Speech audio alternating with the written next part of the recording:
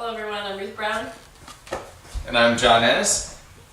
We're going to now review the Level 2 for Week 3, May 2013, here in Richmond, Virginia. This was the fundamentals of spins and turns.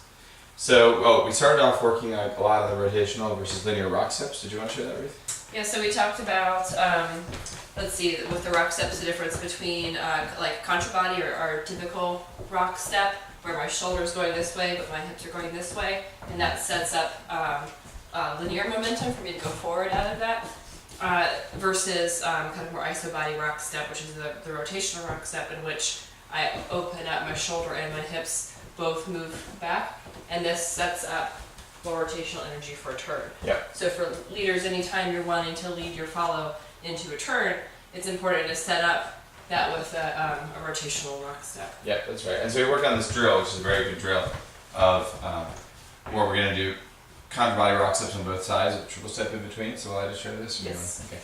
So we have, it was rock, step, triple step, rock, step, triple step, and then rock, step, triple step, rock, step, triple step, and then this is a crucial point, going back to linear rock step. It's a very important skill for leaders to have, to be able to go from this rotation, bum, bum, bum, and then be able to take that energy stored up in the core and turn it into a linear rock step. That would be important if, for example, I wanted to do some move like this, where maybe I give Ruth a pop turn, bum, ba-dum, and now we're going to go into the swing out. That in order for me to do that, I had to be able to take the rotation and turn and catch it in my core and turn it into that linear momentum. So that's, I think, a very important drill for leaders. We also talked about just some good drills, and if you're finding it hard to turn and pivot and stay balanced and to do your triple steps and things like that, probably it's because you don't have a lot of practice pivoting and turning, because we don't do that in our normal everyday life. And so you have to develop the muscles and things in order to be able to do that. And so we worked on some drills that I recommend doing at home to work on building that balance. And so all you do is just practice standing on one foot and doing little turns, and starting with little quarter turns, and doing this, several times in a row, going back the other way. And then once you get comfortable with the quarter turns, then you work on doing half turns. But maybe we should comment, there are 4 turns here, because you can turn on your left foot to the left, you can turn on your right foot to the left, you can turn on your right foot to the right, or you can turn on your left foot to the right. So what I recommend is every day you can put on some music if you want to entertain yourself. It only takes less than 5 minutes. Do 10 turns each way. It's a total of 40 turns. Just put on some music, do it, and you can practice doing it on the music. You can go 1, 2, 3, 4, 5, 6, 7, 8. It's good to work on pulsing while you're turning. Keep your pulse. Do that every day, and like we said, once the quarter turns are going well, turn them into half turns, and once they're going well, turn them into 3/4 turns. Once you can get to being able to do full turns, so once you're able to go all the way around and hold your balance, that's important. After you do this turn, try to hold it as long as possible. This is developing ankle strength, which is important for balance. So turn and then hold. And make sure you can hold it to get that strength in your ankles and also in your core. Once you can do a full turn by yourself, that wasn't my best one, let me try to go this way. Once you can start to get those full turns, then pretty much you can start to do multiple turns, because when you do multiple turns, you're probably going to be stepping them. You're not going to be sitting on one foot. Yeah. Okay, very good. Great.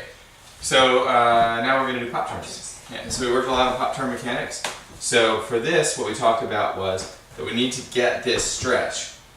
Get the stretch, and there's a couple things that are going on here. One is that my hand is on Ruth's rib cage here, so it's higher than it would be on a swing out. It's up here. Ruth is searching for connection. So if we're in closed position, she's searching for connection there. If I were to go down here for a swing out, she's searching for connection there. If I go up here for a pop turn, she's again searching for connection. So I want as much of my arm contacting his arm as possible. Yeah, so she's dynamically adjusting her connection points in order to facilitate whatever it is that I might be trying to do. So So we also talked about in that stretch open, we talked about the importance of really like rotating the hips through that, so that you can get that stretch and release that's going to happen for the pop turn. Right. So follows really like, you know, bring your hips around so that you can step down and get that pivot for the pop turn. Absolutely, and we're strong here through our shoulders. Our shoulders are open, so we're pushing. So I'm rocking forward, but my shoulder is open. I don't let my shoulder close. It really hurts if I let my shoulder close. That would be if I let my arm turn. Keep my shoulder open. And we get this stretch. And then from that energy, it's actually quite easy. When I step down on my right foot and I just pull my elbow into my side so I break my frame. And it's actually quite easy at that point to pop turn. Yeah. And so follows in that position where we have a lot of momentum.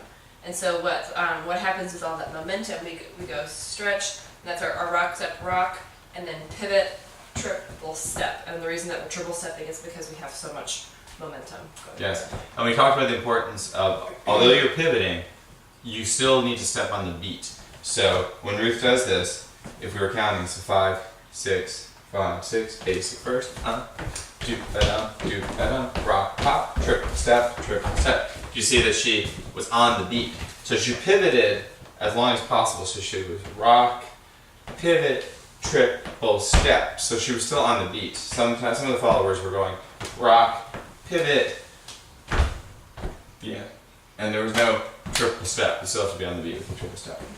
Okay, we're slightly behind the beat. That's what we try to be. It's hard. Okay, so that's good. Did we do anything else? We worked on the double orbit turn. Yeah. So we did this. We did an orbit double turn, and it looked like the. Oh, so the mechanics we worked on is nuga nuga nuga. We're trying to keep as much connection as possible. So Ruth is again, when the arm goes up, we're striving for connection. Yes, I'm letting my arm kind of drape over his arm again, trying to keep connection. And neither of us are making our arms are getting straight enough to allow this connection, but we're not putting tone in them. We're not like having a sword fight up here. Yeah, you want your arms to be fairly relaxed. Yeah, the arms are relaxed, the arm goes up, the arm comes down, and then for this double turn, well, if we just nuga nuga nuga, so we go nuga nuga nuga, nuga nuga nuga, when the arm comes down, she's already turning, I just encourage her to keep turning. There's just a little bit of follow through. Yeah, but it doesn't have to be a big whang, it doesn't have to be like a whang, like a big wow. It's just, we have rock, pivot, triple step, and then I just encourage her to keep turning while I step, step, step, triple step. We can do this to open or close. We've worked on doing it to open. Yeah, and this turned out to be an 8 count move. Yeah, so this becomes 8 counts if we do it. So rock, pop, triple step, step, step, triple step, rock, step. Okay, so we'll work on that a little bit more next week. We'll refine it. We'll go to the little. We'll work on this thing, getting to there when we once we get the orbit turn solid.